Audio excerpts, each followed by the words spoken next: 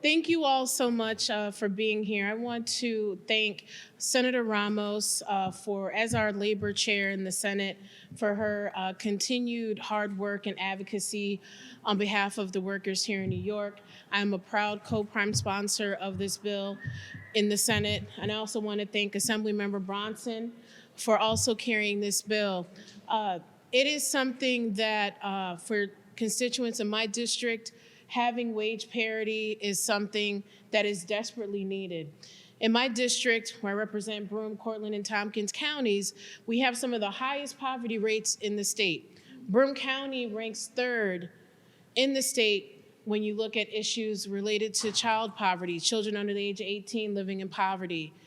We also are seeing these same trends when you talk about having fair wages and how it has an impact on the economy, but also on our public health. When you think about the fact that families are making decisions about putting food on the table at the same time of paying high utility bills and working 2 or 3 jobs and still just barely being above poverty, this is something that we can address and we need to address here in New York. And I'm a proud co-prime sponsor of this bill.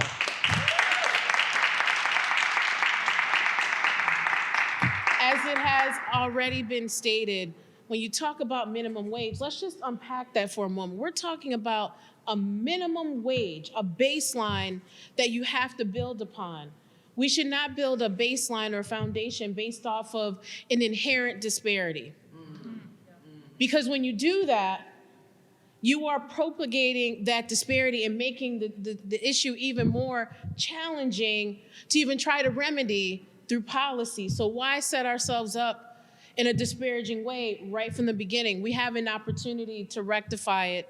And so it is imperative that when we talk about minimum wage and what does that mean, that means that communities have dollars to reinvest back into our small businesses that are a big driver when we talk about economic development.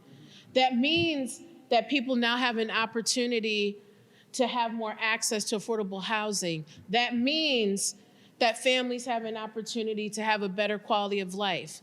And so we're saying at the fundamental standpoint, and when we're talking about wages, it is imperative that we don't set ourselves up for failure.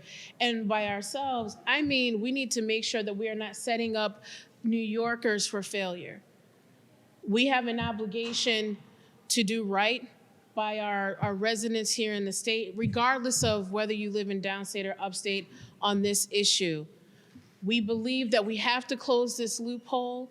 This is something we have control over. This isn't something that just miraculously fell out of the sky. It is through policy that we can either build or through policy that we can destroy. And so it is imperative that we create good, equitable policies that remove inequities, that remove disparities. And as I said, I stand alongside all of you in calling for the governor to ensure that we remove this disparity and make sure that upstate and downstate have the same minimum wage. Thank you all so much.